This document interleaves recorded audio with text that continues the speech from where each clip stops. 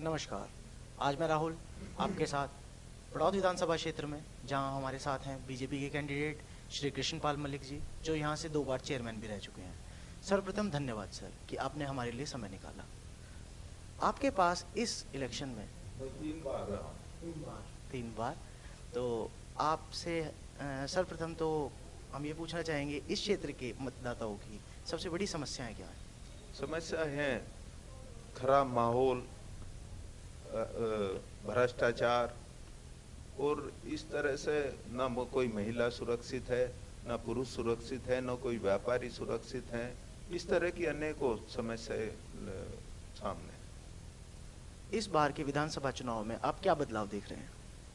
इसमें कोई विशेष ऐसा बदलाव तो है नहीं, पर मतदाता ये जरूर चाहता है कि हम अच्छा प्रशासन, अच्छा शासन, ऐसी सरकार दे सकती हो, उसको हम लाएं।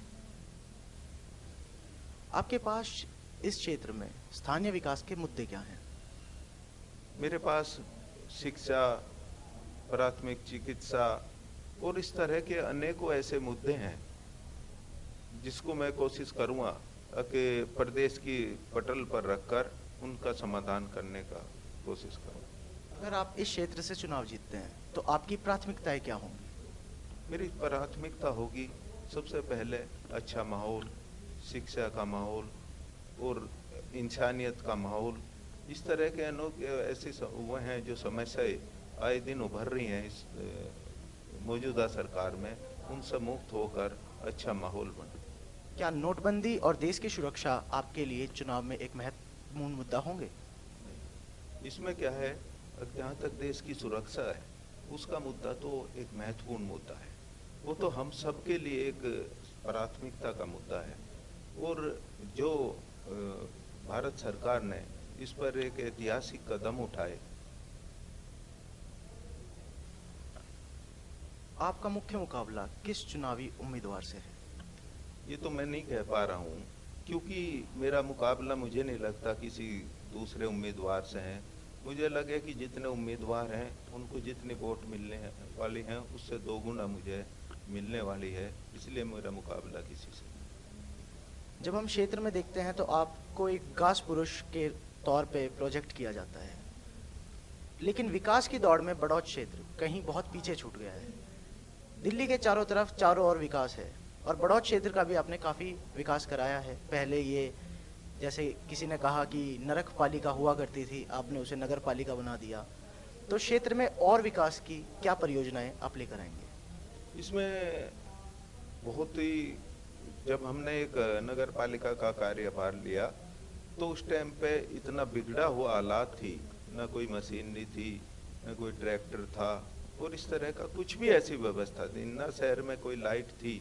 आज धीरे धीरे हमने पहली योजना में उसको सुधारने का, कुछ सुधारने का प्रयास किया, और अब एक विकास का की रफ्तार, ये बड़ौद का विकास पकड़ गया।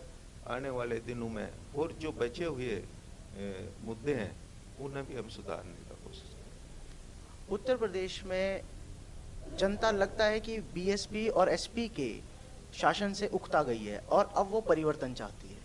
क्या भाजपा उस परिवर्तन को देने में सक्षम है? वो तो जग जाहिर हो रहा है। आपके चुनाव माहौल में आप जाओ तो आपको पता चलेगा, हर व्यक्ति, हर आदमी, हर माहौल ये कह रहा है कि भाजपा ही आनी चाहिए। ये इससे परेशान होकर ही तो ये हालात पैदा हुए। आपके प्रतिद्वंदी, मुझे ऐसा लगता है कि वोट बैंक की राजनीति कर रहे हैं। आपकी राजनीति उनसे किस प्रकार अलग है? हमारे बिल्कुल एकदम अलग है।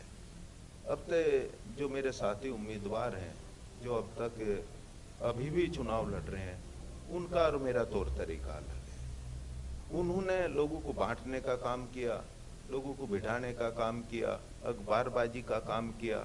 मैं निकालस एक भाईबंदी का रास्ता अपनाया, अच्छे माहौल देने का रास्ता अपनाया, वही मैं लेकर आगे चल पड़ रहा हूँ। तो क्या आप बड़ौद की जनता को सुरक्षा का वादा करते हैं? मैंने पहले भी कोशिश की है कि इस शहर में जिसकी जिम्मेदारी मुझे आम जनता ने दी थी, यहाँ के सम्मानित लोगों ने दी थी, तब भी मैं इसमें प्राथमिकता के नाम पर खड़ा रहा, और ऐसा कोई माहौल हमने बड़ौद में पैदा नहीं होने दिया कि किसी आम नागरिक को या किसी व्यापारी मजदूर को यहाँ पे दिक्कत हुई। डीमोनेटाइजेशन का प्रभाव भारतीय अर्थव्यवस्था पर कुछ खास नहीं दिखाई दिया है। इसका मतलब है कि लोगों को अपने प्रधानमंत्री से जो उम्मीदें थी वो उस पर सफल हुए हैं। आपका इस बारे में क्या कहना है?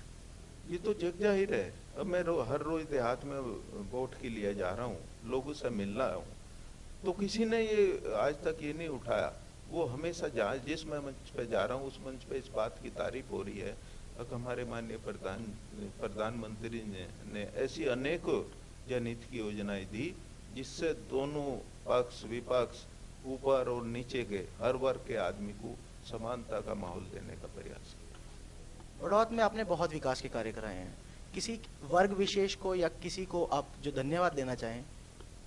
मैं तो सभी को, आम जनता को और अपने जितने यहाँ भाई बहन और सभी समाज के लोगों को धन्यवाद करना चाहता हूँ कि उन्होंने मुझे अच्छा माहौल दिया। उन्होंने मेरे इस राजनीतिक सफर में मेरा अच्छा साथ दिया और मुझे उम्मीद है कि अभी भी वो मुझे ऐसा माहौल और ऐसा मेरा साथ देंगे कि मुझे कामयाबी मिले। किसी समाज विशेष से आपका कोई वादा? ऐसा कोई वादा नहीं। मेरे लिए तो हर समाज एक है और मैं हर समाज को एक ही निगाहों से देखता हूँ।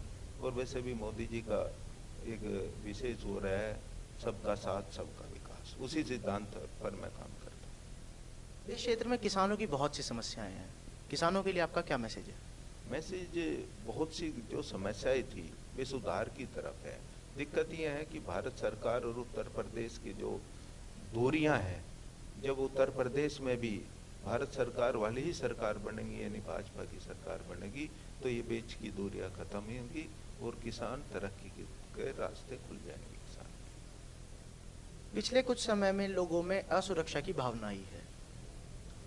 जिस प्रकार के कैंडिडेट्स आपके सामने खड़े हैं उन्हें देखकर आपको क्या लगता है कि आप लोगों को सुरक्षा किस तरह से प्रोवाइड करा पाएंगे? मैं हर टाइम जनता के बीच में रहूंगा कि उन पे इस तरह सुरक्षा का जहाँ माहौल पैदा होगा वहाँ मैं खड़ा मिलूंगा आप लोगों को साथ लेकर। तो मैं ऐसा माहौल ही नहीं पैदा होने दूंगा कि मैं उनके दिल में और दिमाग में ऐसी बात आवे कि हम असुरक्षित हैं। आपको कोई पद मिलने की अभिलाषा? ये तो जनता तय करेगी और मेरी पार्टी तय करेगी। मेरी व्यक्तिगत कुछ नहीं, यही है कि मैं जनता को सम्मान दूं और वो मुझे सम्मान दे, यही अभिलाषा है। क्या कोई ऐसा पद है जिसे मिलने से इस क्षेत्र का आपको लगता है विकास आसानी से हो सकेगा? विकास की जहाँ तक बात है वो तो हमने अभी भी किया है।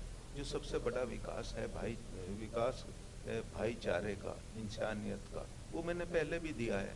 और सब सरकार उत्तर प्रदेश सरकार भाजपा की बनेगी तो स्वतः ही इतनी ताकत मिल जाएगी हम उनकी समस्याओं का समाधान कर सकें। समाजवादी पार्टी कहाँ फेल हुई है? वो पक्षपात के तहत फेल हुई है।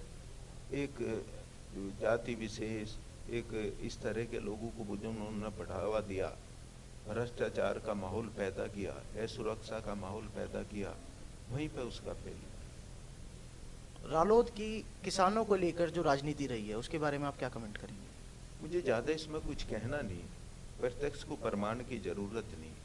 अगर ये अच्छा माहौल और उनके अच्छे वास्तव में मददगार होते तो आज ये तीसरे नंबर पे ना होते। महाराष्ट्र के किसान जो कि गन्ने की खेती करते हैं हमारे यहाँ के गन्ना किसानों से ज़्यादा खुशहाल हैं, जबकि हमारे यहाँ की ज़मीन ज़्यादा उपजाई है और यहाँ के लोग पुराने समय से गन्ने से जुड़े हुए हैं। मैं आपसे जानना चाहूँगा कि ऐसा क्या रोड मैप है कि उनके लिए कुछ भला हो सके? वो जैसा कि मैं थोड़ी देर पहले आपको बताया, जब उत्तर प्रदेश सरकार भारत सरकार एक होगी तो गन्ने की समस्या हो या अन्य किसान की समस्या हो तो स्वतः ही हल हो जानी है। और वहाँ के और हमारे यहाँ एक माहौल में फर्क रहा है। हमारे यहाँ वो सरकारें अब तक रही हैं जो किसान के पक्षधर नहीं है। अब माननीय मोदी जी ने चाहे फसल बीमा योजना हो या किसान इंश्योरेंस की योजना हो, अनेकों ऐसे योजना दी जो किसान हितों की है। आपका समय देने के लिए धन्यवाद सर। हम उम्मीद करते हैं कि इस बार आप चुनकर आएंगे और विकास की राजनीति इस क्षेत्र में करेंगे। धन्यवाद।